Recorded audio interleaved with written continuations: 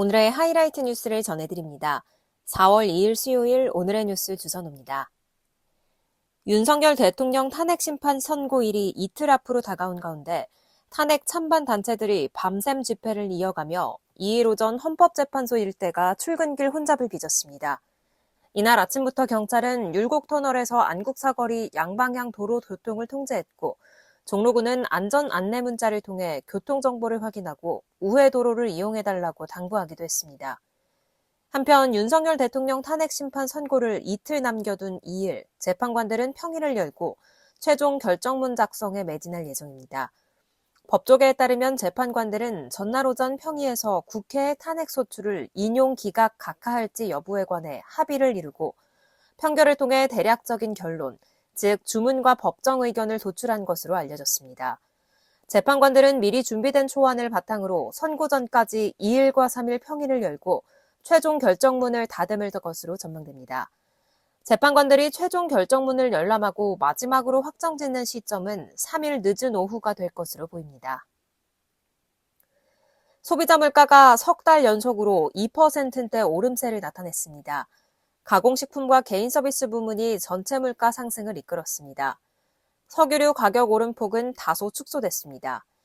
통계청이 2일 발표한 소비자 물가 동향을 보면 3월 소비자 물가 지수는 116.29로 1년 전 같은 달보다 2.1% 올랐습니다. 소비자 물가 상승률은 지난해 초 3%대에서 점차 하락하기 시작해 하반기에는 9월부터 12월 모두 4개월 연속 1%대를 기록했습니다. 하지만 최근 환율 급등과 미국의 관세 정책 등이 물가 상승 압력을 자극하면서 올해 들어서는 3개월 연속 2%대를 이어가고 있습니다.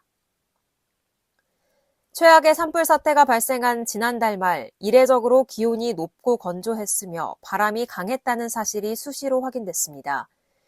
2일 기상청에서 발표한 2025년 3월 기후 특성을 보면 지난달 하순 전국 평균 기온은 10.9도였습니다. 이는 기상 관측망이 전국에 확충돼 각종 기상 기록 기준이 되는 1973년 이후 3월 하순 평균 기온 중 세 번째로 높은 수치입니다. 상대 습도의 경우 52%로 평년치보다 7%포인트 낮았습니다. 우크라이나 전쟁에 파병된 북한군에서 병력의 절반에 가까운 사상자가 발생했다는 분석이 제기됐습니다. 외교안보 전문지 내셔널 인터레스트는 지난 1일 영국 국방부 보고서를 인용해 북한군은 쿠르스크에서 우크라이나군에 대한 공격적 작전으로 5,000명 이상 사상자를 냈을 가능성이 매우 높다고 전했습니다. 우크라이나는 그간 북한군 사상자를 4,000명 수준으로 추산했는데 이보다 1,000명 늘어난 수치입니다. 드론 공격 대응 능력이 취약한 북한군이 소모적 도보 작전에 지속해 투입되면서 사상자 비율이 많이 늘어났다는 분석입니다. 뉴스를 마칩니다. 고맙습니다.